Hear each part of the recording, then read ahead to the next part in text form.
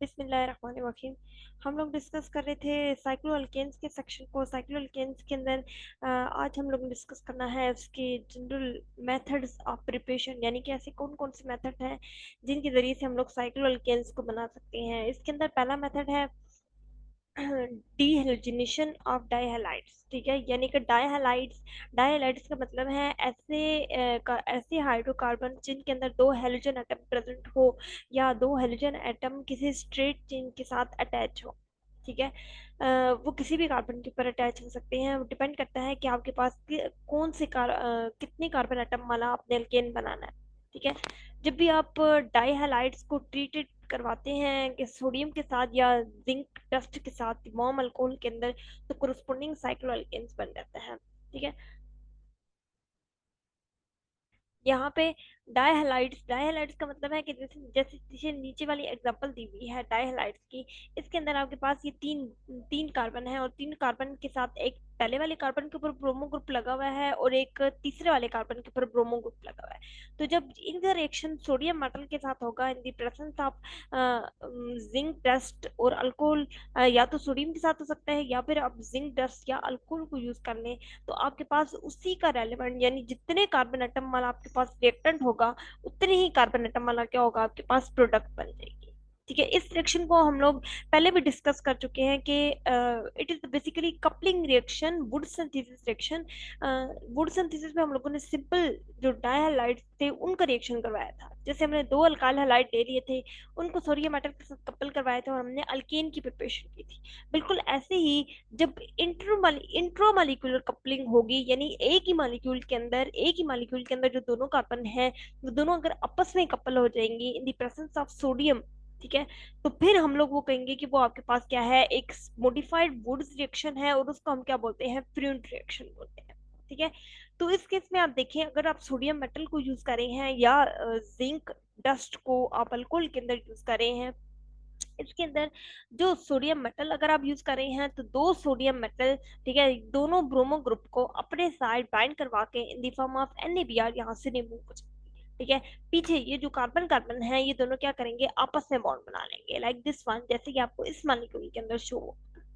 ठीक है, तो it is a basically the Wurtz reaction. लेकिन वुड्स रिएक्शन किस तरह से है कि एक ही मॉलिक्यूल के अंदर जो दो कार्बन एटम हैं वो आपस में कपल हो रहे हैं by the elimination of halogen. ठीक है, अब बेसिकली ये डायहैलाइड है, वो 1,3 डायहैलाइड था। अब हम एक एग्जांपल करते हैं जिसके अंदर 1,5 डायहैलाइड है, यानी आप देखें ये क्या है, आपके पास कार्बन नंबर 1 कह लें, इसको 2 कह लें, इसको 3 कह लें, इसको 4 और इसको 5 कह लें। ये क्या क्या है, 1,5 वाला डायहैलाइड है।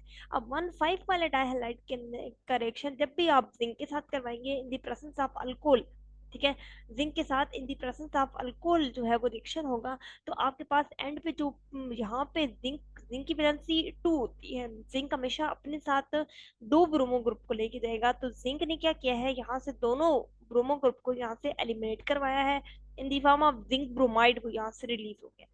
ठीक है, अब जैसे ही वो जिंक ब्रोमाइड के फॉर्म में यहाँ से रिलीज हुआ है, फिर आपके पास जो पीछे ये जो कार्बन 1 और कार्बन 5 थे, ये क्या हो गए हैं, इन्होंने आपस में बॉन्ड बना लिया है और वो बॉन्ड बनाने से ये कन्वर्ट हो गए हैं पेंटागोन की फॉर्म में। यानी पेंटागोन स्ट्रक्चर हम लोग बेसिकली हमने साइक्लोअल्केन के नोमेनक्लेचर के अंदर पढ़ा है, वो किस स्ट्रक्चर को रिप्रेजेंट करने के लिए होता है, साइक्लोपेंटेन को।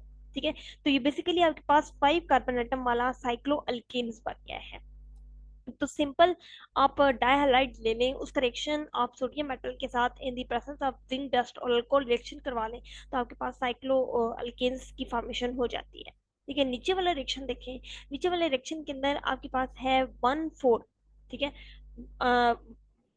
1,4 कह लें क्योंकि यहाँ पे 1, 2, 3, 4 और 5, 5 कार्बन एटम है और 4 के ऊपर एक ब्रोमो ग्रुप है और एक 1 के ऊपर ब्रोमो ग्रुप है।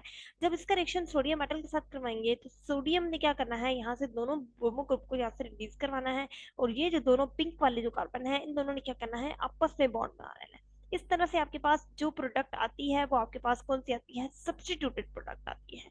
ठीक है, तो आप इस मेथड को क्या कर सकते हैं, आप इस मेथड को यूटिलाइज कर सकते हैं for the preparation of substituted alkene.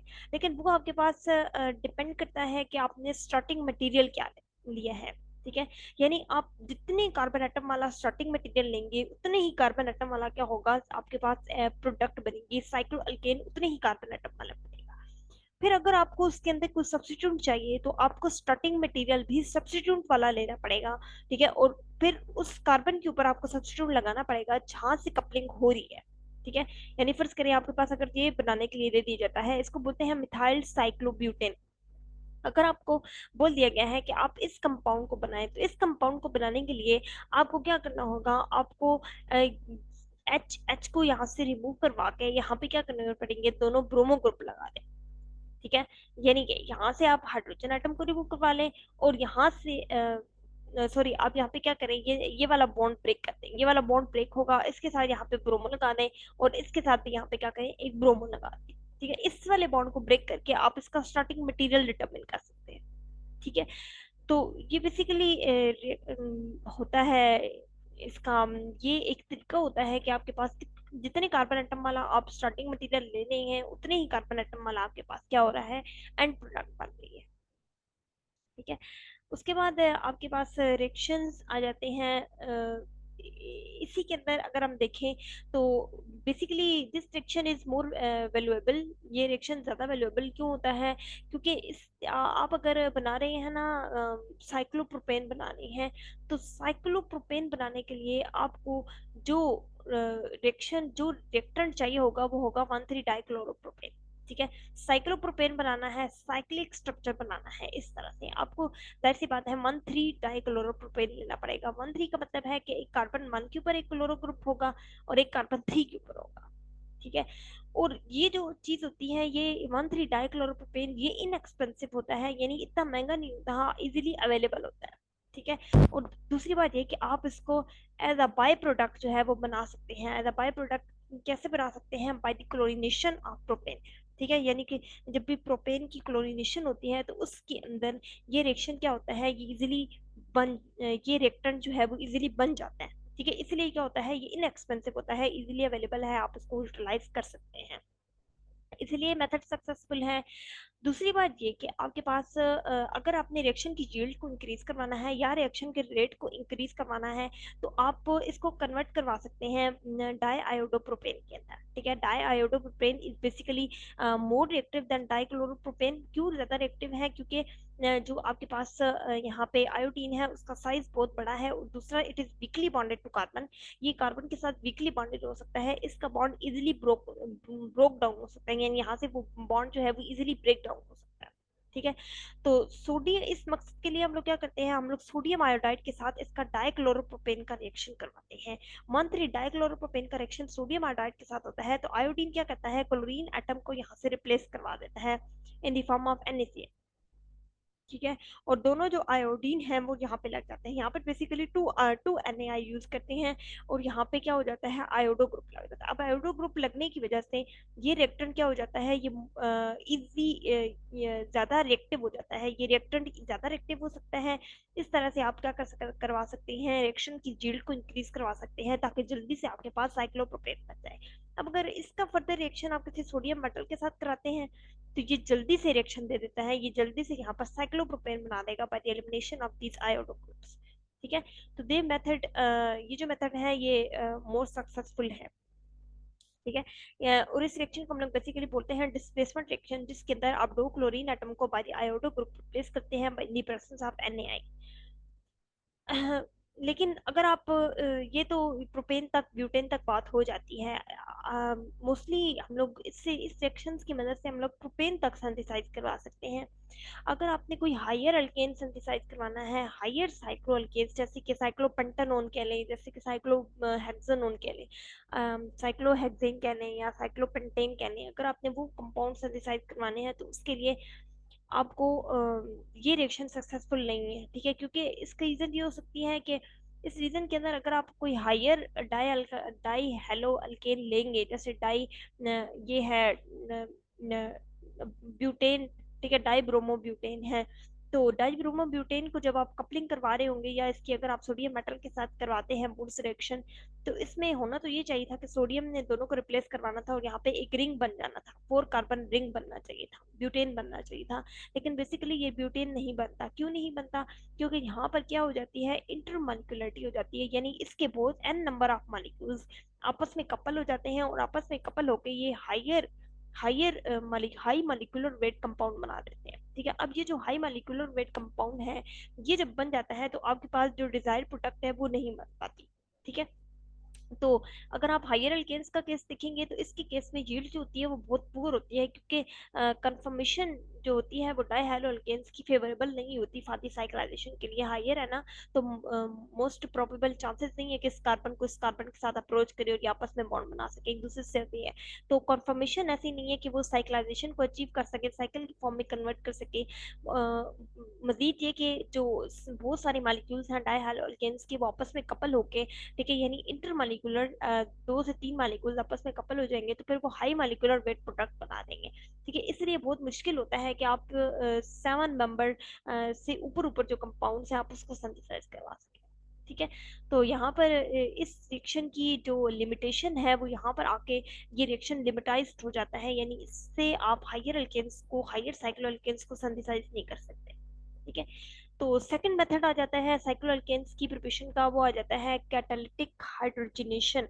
ठीक है, कैटालिटिक हाइड्रोजनेशन है साइक्लो अल्कीन्स। साइक्लो अल्कीन्स कहते हैं ऐसे कंपाउंड हैं जो कि एक तो साइक्लिक हो, दूसरा अल्कीन्स का मतलब है कि उसके अंदर एक कम से कम भी एक डबल बॉन्ड होना चाहिए, एक से ज्यादा भी हो सकती हैं, लेकिन जिसके पास एक भी डबल बॉन्ड है उसको हम लोग साइक्लो अल्कीन्स की टर्म में लेंगे। एक तो साइक्लिक स्ट्रक्चर है, दूसरा जिसके पास क्या है, एक डबल बॉन्ड है।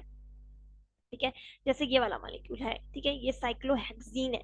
ठीक है, साइक्लोहेक्सीन बोलते हैं। तो जैसे ही हम इसकी हाइड्रोजनेशन करवाते हैं in the presence of nickel as a catalyst और टेम्परेचर 25 डिग्री सेल्सियस, तो इसके अंदर ये कन्वर्ट हो जाता है double bond reduced into the single bond, यानी डबल बॉन्ड सिंगल बॉन्ड के अंदर कन्वर्ट हो जाता है। कैसे? By the addition of hydrogen. ठीक है, एडिशन ऑफ हाइड्रोजन, एक हाइड्रोजन इस कार्बन के पास ऐड हो जाता है, एक हाइड्रोजन इस कार्बन के पास ऐड हो जाता है। ठीक है, इन दोनों कार्बन के पास एक एक हाइड्रोजन ऐड हो जाता है, रिजल्ट आपके पास साइक्लोहेक्सीन की फॉर्मेशन हो जाती है, साइक्लोहेक्सेन की फॉर्मेशन हो जाती है, क्योंकि डबल बॉन्ड सिंगल बॉन्ड के अंदर कन्वर्ट हो जाता है।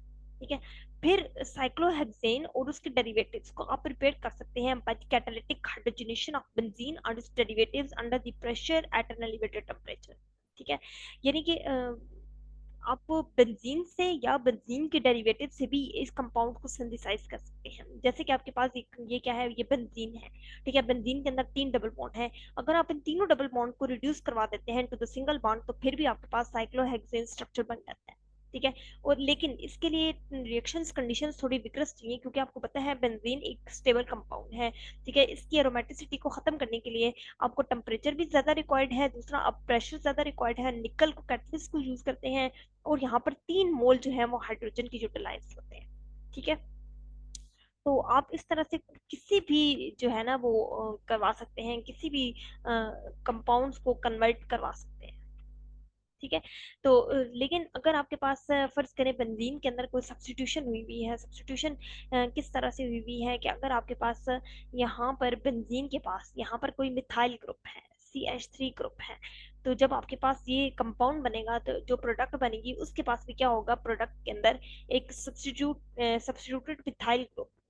ठीक है, तो इस अगर आप सब्स्टिट्यूटेड बेंजीन चूज करेंगे तो सब्स्टिट्यूटेड साइक्लोएल्केन्स बनेंगे, तो वो डिपेंड करता है कि आपने रिएक्टेंट कौन सा यूज किया है। लेकिन देखिए, number of carbon atoms remain the same in both reactants and product. ठीक है, number of carbon atoms remain the same रहते हैं, सिर्फ क्या करना है आपने, अकॉर्डिंग टू द प्रोडक्ट आपने अपना स्टार्टिंग मटेरियल सिलेक्ट करना होता है। ठीक है, अब ये हमेशा क्वेश्चंस इस तरह से नहीं आते कि आप इस तरह से मेथड लिखें, पूरा जनरल मेथड लिख दें for the preparation of cycloalkanes, बल्कि हमेशा छोटे छोटे क्वेश्चंस आते हैं, जैसे convert this compound into this compound, convert benzene into cyclohexane. ठीक है, या फिर आप क्या करें, आप जैसे अल्कीन के चैप्टर के अंदर आप बहुत सारे रिएक्शंस पढ़ते हैं, सिस अल्कीन्स बनाएं, ट्रांस अल्कीन्स बनाएं। ठीक है, फॉर द स्टार्टिंग मटेरियल को दे देंगे, या तो वो दे देंगे या फिर आपको खुद से डिटरमिन करना होगा, एक जनरल नेम दे देंगे, उससे आपने खुद मॉलिक्यूल का निकालना होता है।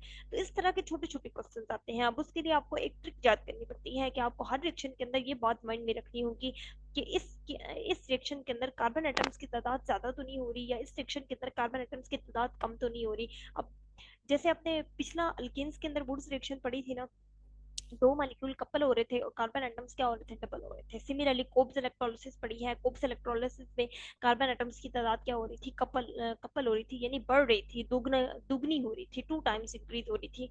तो इस रिएक्शन के अंदर as comparison to this reaction cycloalkanes की प्रिपरेशन के अंदर number of carbon atoms remain the same.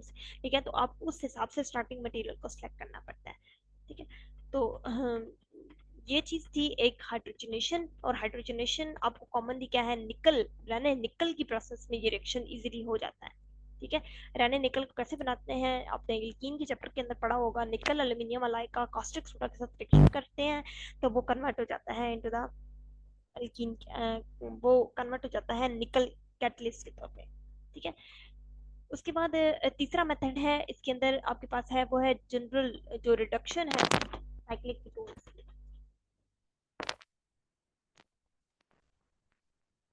Cyclic ketones की रिडक्शन आप कैसे करवाते हैं, इसके लिए आपको मेथड्स यूटिलाइज करने पड़ते हैं, जैसे क्लेमेंसन रिडक्शन है। ठीक है, क्लेमेंसन रिडक्शन के अंदर आपको कौन से रिएजेंट यूज कर रहे थे, आप जिंक अमलगम और HCl को यूज कर रहे थे। ठीक है, अब आपके पास ये क्या है, आपके पास ये है एक साइक्लिक कीटोन्स है। ठीक है, ये साइक्लिक कीटोन है। अब साइक्लिक कीटोन का रिएक्शन, साइक्लिक कीटोन का मतलब है कि ऐसा साइक्लिक स्ट्रक्चर हो और उसके साइक्लिक स्ट्रक्चर के अंदर जो कार्बन है उसके पास क्या हो, कार्बन डबल बॉन्ड ऑक्सीजन हो। ठीक है, इसको साइक्लिक कीटोन्स बोलते हैं, यानी कीटोन साइक्लिक फॉर्म में है। अब इसका रिएक्शन जैसे ही आप जिंक अमलगम HCl के साथ करवाते हैं तो ये जो डबल बॉन्ड ऑक्सीजन है ये कन्वर्ट हो जाता है CH2 ग्रुप के अंदर। ठीक है, ये हम लोग पहले भी पढ़ चुके हैं। ठीक है, यानी कि जो carbon double bond oxygen bond है वो किसके अंदर कन्वर्ट हो जाता है, वो कार्बन इंटू हाइड्रोजन, यानी दो कार्बन हाइड्रोजन बॉन्ड के अंदर कन्वर्ट हो जाता है। ठीक है, तो बेसिकली क्या हो रही है, यहाँ पर एडिशन ऑफ हाइड्रोजन हो रही है और रिमूवल ऑफ ऑक्सीजन हो रही है। ऑक्सीजन यहाँ से रिमूव हो रहा है और हाइड्रोजन क्या हो रहा है, इसके अंदर ऐड हो रहा है। ठीक है, तो ये basically the Clemmensen reduction of corresponding cycloalkanes. ठीक है, क्लेमेंसन रिडक्शन है इसके अंदर। अब देखिए इसके अंदर भी क्या होती है, कार्बन एटम्स की तादाद क्या रहती है, रिमेन्स द सेम रहती है। यानी इसके अंदर 6 कार्बन एटम थे तो इसके अंदर भी कितने कार्बन एटम रहते हैं, रिमेन्स 6 रहते हैं। ठीक है, तो सिर्फ क्या चेंजिंग कहाँ पर आई है, सिर्फ डबल बॉन्ड ऑक्सीजन किसके अंदर कन्वर्ट हो जाता है, कार्बन हाइड्रोजन बॉन्ड के अंदर कन्वर्ट हो जाता है। ठीक है, तो ये भी हम लोगों ने पहले रिडक्शन के अंदर जो है वो हम ये डिस्कस कर चुके हैं।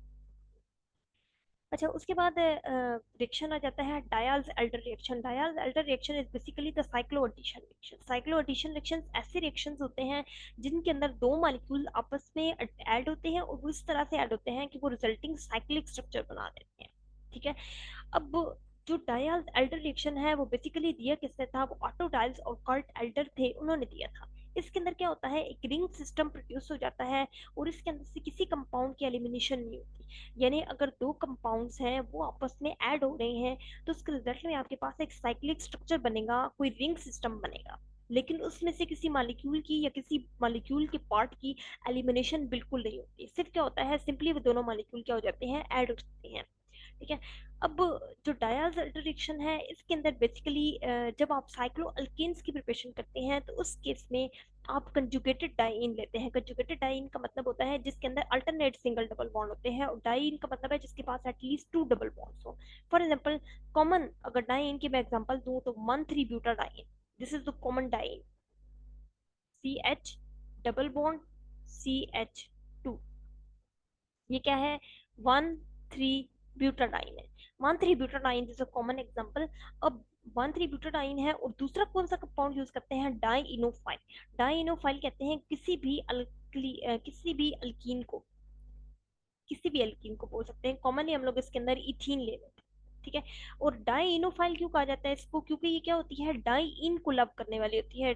अब फाइल का मतलब होता है कि उसको लविंग होती है, यानी कि जैसे हम कहते हैं ना हाइड्रोफाइल है यानी कि वो वाटर लविंग है। ठीक है, एरोफाइल है वो एयर लविंग है या गैस लवर है, कुछ इस तरह से हम लोग बोलते हैं। ठीक है, और फोबिक कवर्ड यूज करते हैं फॉर दी हीटिंग के लिए।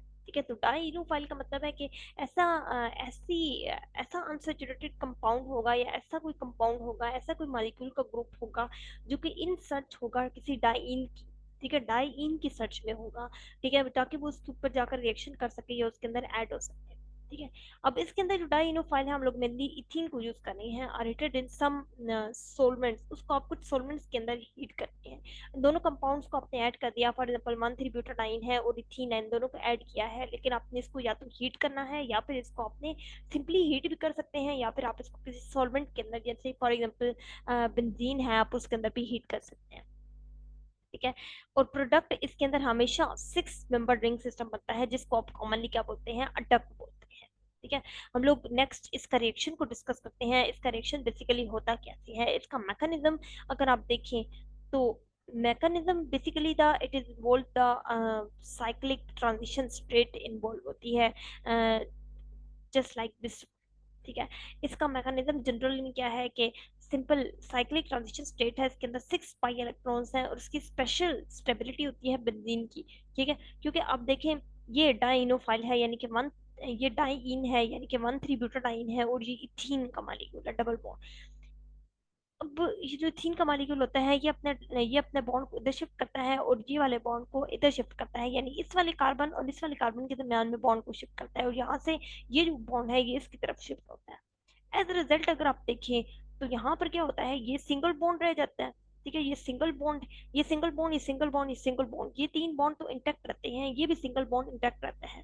सिर्फ फर्क कहाँ पे पड़ता है, इसका जो पाई बॉन्ड होता है वो टूट रहा होता है, ठीक है, क्योंकि ये बॉन्ड कहाँ पे शिफ्ट हो रहा है, इस कार्बन के पास शिफ्ट। अब ये बॉन्ड टूट रहा होता है, जब ये बॉन्ड टूट रहा होता है तो यहाँ पर इस कार्बन का और इस कार्बन का आपस में बॉन्ड ये बन रहा होता है, ये बॉन्ड बन रहा होता है, ये बॉन्ड टूट रहा होता है, ठीक है।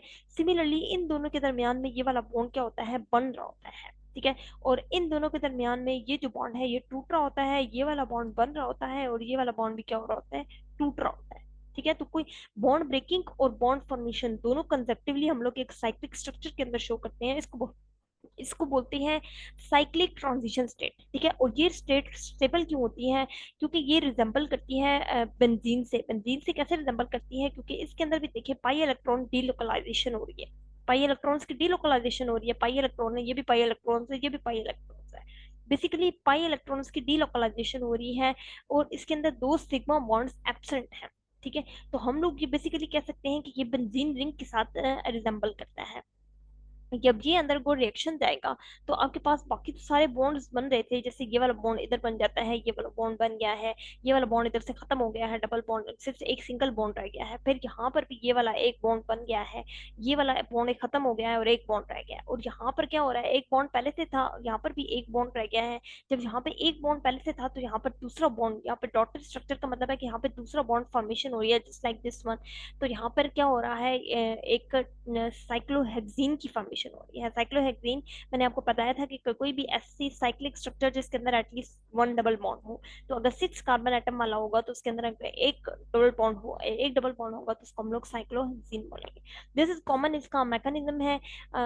अब हम इसके जो जनरल रिएक्शंस हैं वो डिस्कस कर लेते हैं कि इसके अंदर जो कॉमन जो एग्जांपल है 1,3-ब्यूटाडाइन की है, उसको इथीन के मॉलिक्यूल को 1,3-ब्यूटाडाइन के अंदर ऐड करते हैं, ठीक है। इट इज और ये एडिंग कैसे होती है, हीटिंग अंडर प्रेशर, ठीक है।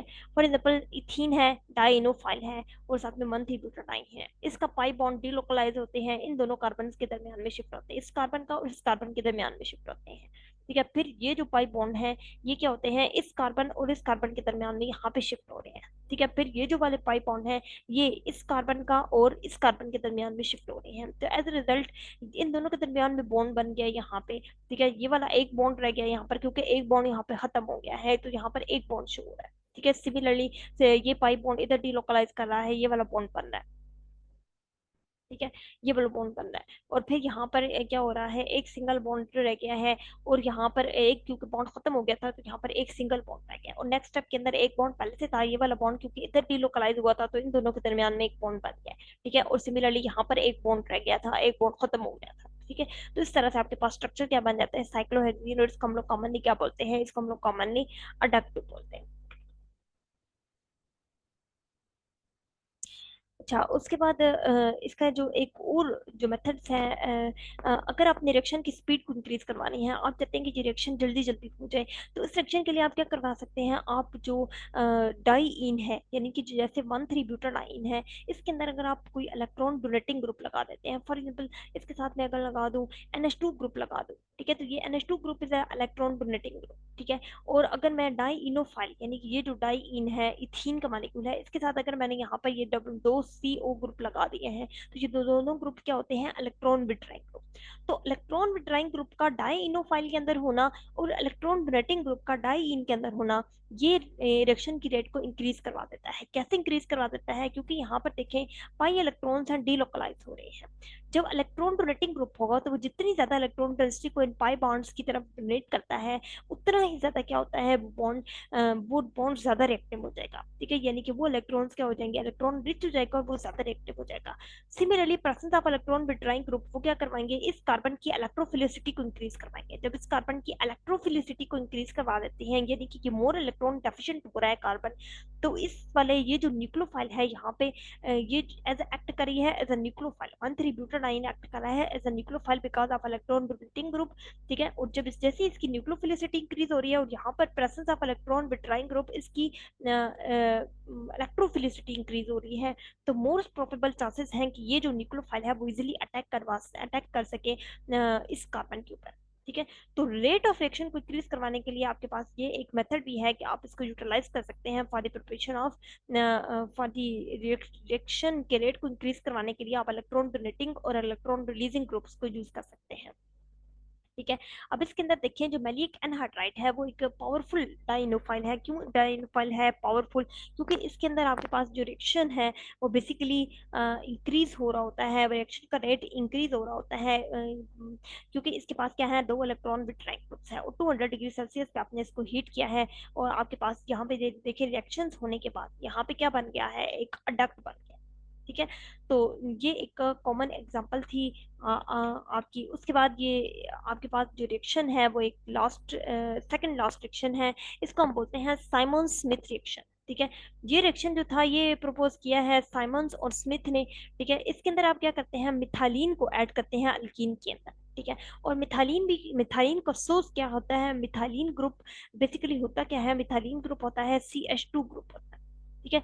CH2 ग्रुप होता है मिथालीन, ठीक है। तो CH2 ग्रुप में क्या होता है, आपके पास यहाँ पे ये रिएक्शन के अंदर मिथालीन ग्रुप आता कहाँ से है, मिथालीन ग्रुप आता है from the diiodomethane से, यानी CH2I2 से आता है, ठीक है। और साथ में इन CH2I2 यानी कि डाई आयोडो मीथेन को प्लस किया जाता है जिंक कॉपर के कपल के साथ। अब जिंक कॉपर का कपल कैसे बनाया जाता है या अमलगम कैसे बनाया जाता है, जिंक डस्ट और कॉपर को इस रेशो के अंदर हीट किया जाता है 500 डिग्री सेल्सियस के ऊपर, तो आपके पास ये वाला रिएक्शन हो जाता है, ठीक है। अब इसके अंदर क्या होता है, जो डाई आयोडोमीथेन है वो रिएक्ट करता है एक्टिवेटेड जिंक के साथ, तो वो प्रोड्यूस करता है ऑर्गेनो जिंक कंपाउंड, ठीक है। डाइओडोमीथेन ने जिंक के साथ रिएक्ट किया है, जिंक के साथ रिएक्ट करने का मतलब है कि उसने जिंक और कॉपर के मिक्सचर के साथ जाकर अटैक किया है, ठीक है। यानी कि एक्टिवेटेड जिंक को कॉपर क्या करवाता है, जिंक की सरफेस को एक्टिवेट करवा रहा है, जिसकी वजह से डाइओडोमीथेन उसके साथ जाकर रिएक्शन करवा रही है। इसके अंदर कार्बीन लाइक कंपाउंड बनते हैं, कार्बीन आप लोग बोलते हैं CCl2, ठीक है। और इसके ऊपर नेगेटिव चार्ज भी होता है, कार्बीन इस कंपाउंड्स को बोलते हैं, ठीक है। इसके अंदर क्या होता है, which transfer the CH2 group stereospecifically to the double bond with single step mechanism involve cyclic transition state, ठीक है। अब जो इसके अंदर जो कार्बीन लाइक कंपाउंड बनता है वो CH2 ग्रुप को ट्रांसफर करवा देता है, और वो कैसे ट्रांसफर करवा देता है, stereo specifically. Stereo specific reaction ऐसे रिएक्शन होते हैं जिनके अंदर जो स्टीरियो केमिस्ट्री होती है रिएक्टेंट और प्रोडक्ट की वो सेम होती है।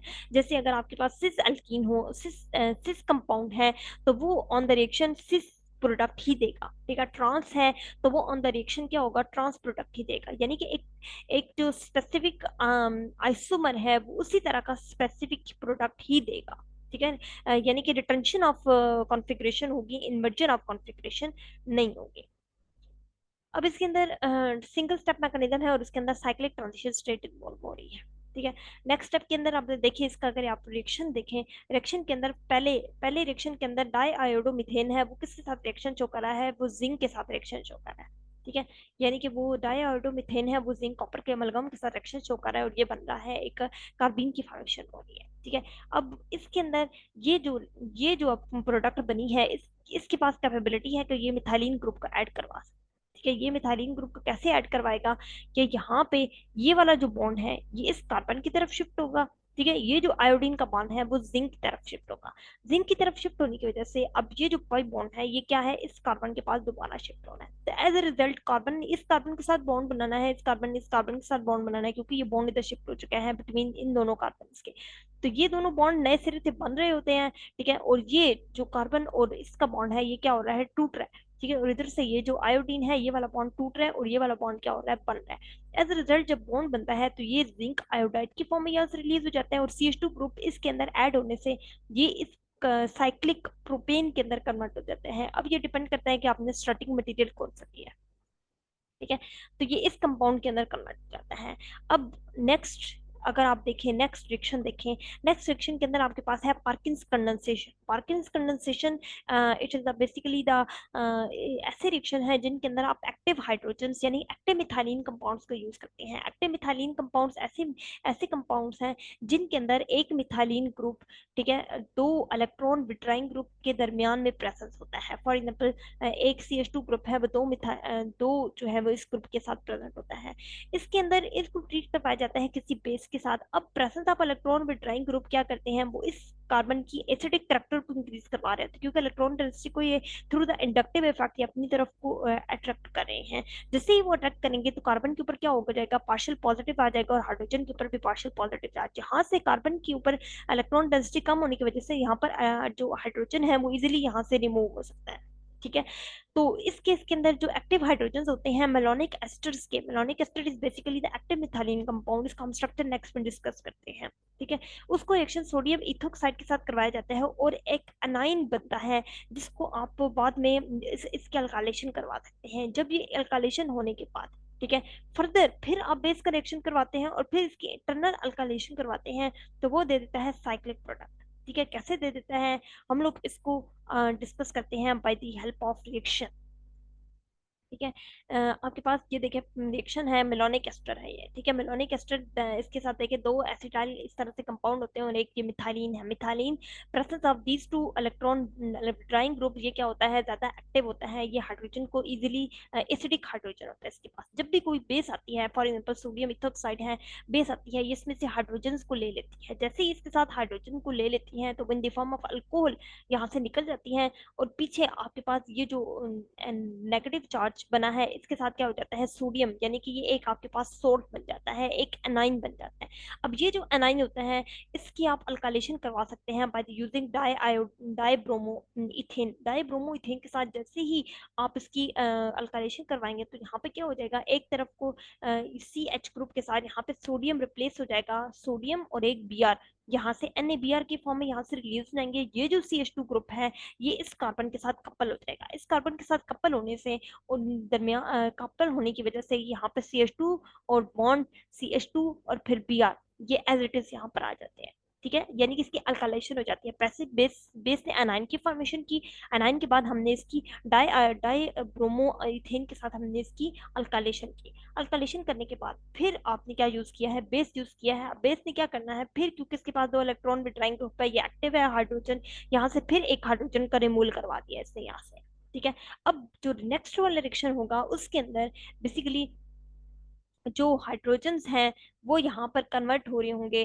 ठीक है, वो जो हाइड्रोजन्स रिप्लेस हो गए हैं वो हाइड्रोजन्स यहाँ पर इंटरनल इंटरनल अल्काइलेशन करवा दें। इंटरनल अल्काइलेशन कैसे होगी कि ये जो कार्बन है ये क्या करेगा, इस कार्बन के ऊपर जाकर अटैक करेगा और यहाँ से ये ब्रोमो ग्रुप यहाँ से रिलीज हो जाएगा। ठीक है, तो यहाँ पे ये यहाँ पे सोडियम था ना, Na पॉजिटिव था। ठीक है, नेगेटिव चार्ज है, नेगेटिव ने पॉजिटिव सेंटर के ऊपर जाकर अटैक करना है, तो यहाँ पर आपके पास ये स्ट्रक्चर बन जाता है। ठीक है, क्योंकि कार्बन ने इस कार्बन के साथ बॉन्ड बना लिया है और ब्रोमो ग्रुप यहाँ से क्या हो गया है, रिलीज हो गया, कि किसकी फॉर्म में, NaBr की फॉर्म में यहाँ से रिलीज हो जाता है।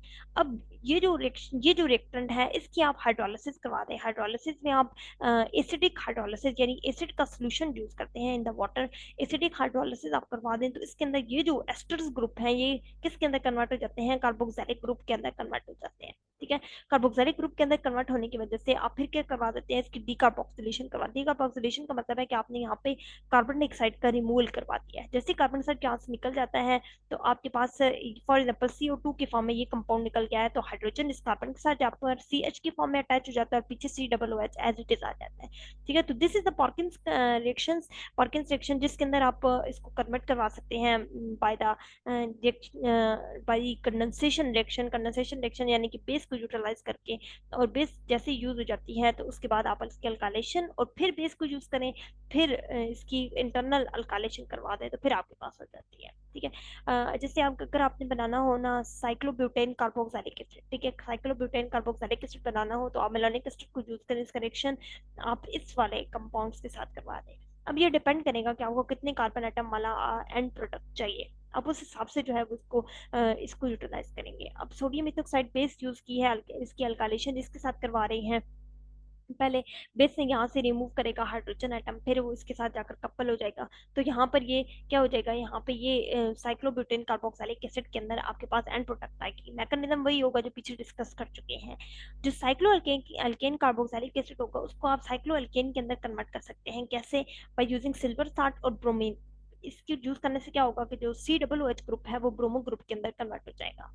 ठीक है, अब जैसे ही वो ब्रोमो ग्रुप के अंदर कन्वर्ट हुआ है तो फिर वो क्या हो जाएगा, यहाँ पे ब्रोमो ग्रुप यहाँ से रिलीज हो जाएगा। ब्रोमो ग्रुप कैसे रिलीज हो जाएगा? बाय यूजिंग मैग्नीशियम, और मैग्नीशियम को यूज करके आप इसका क्या बना देंगे, ग्रिड नॉट रिएजेंट बना देंगे। ठीक है, यानी कि ये साइक्लोब्यूटेन है MgBr, ये बन जाता है ग्रिड नॉट रिएजेंट। जैसे ही आप इसका वाटर के साथ रिएक्शन करवाते हैं, ये हम अल्केन्स के अंदर डिस्कस कर चुके हैं, जैसे ही हमने इसका वाटर के साथ रिएक्शन करवाया है तो ये MgBr और OH के फॉर्म में यहाँ से रिलीज हो जाता है। MgBr और साथ में यहाँ पे OH। ठीक है, ये इस फॉर्म में यहाँ से रिलीज हो जाता है और पीछे आपके पास साइक्लोब्यूटेन बन जाता है।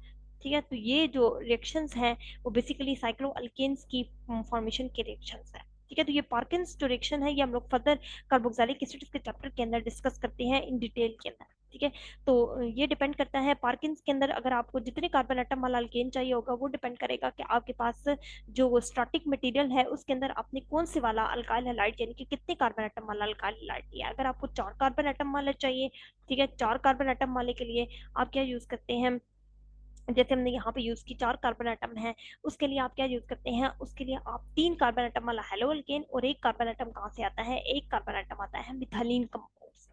ठीक है, और एक कार्बोक्सिलिक ग्रुप की फॉर्म में आउटसाइड प्रेजेंट होता है। तो मेनली जो 2 कार्बन एटम है वो आते हैं एक्टिव मिथालीन से, और बाकी जो 3 हैं वो किससे आते हैं, जो साइक्लिक स्ट्रक्चर के अंदर प्रेजेंट होते हैं वो हेलो अल्किन से आते हैं, डाई हेलो अल्किन से आते हैं। तो डिपेंड करता है कि आप हेलो अल्केन्स कौन से यूज करेंगे। आपको जो भी कार्बन आइटम वाला चाहिए होगा आप उसके अकॉर्डिंगली क्या करते हैं, रिएक्शंस को यूज कर लेते हैं। ठीक है, उसके अकॉर्डिंगली रिएक्टेंट्स को यूज कर लेते हैं। तो ये हमारा आज का लेक्चर था। नेक्स्ट में हम लोग डिस्कस करेंगे इसकी फिजिकल प्रॉपर्टीज को, उसकी स्टेबिलिटी को, और फिर हम रिएक्शंस को डिस्कस करेंगे।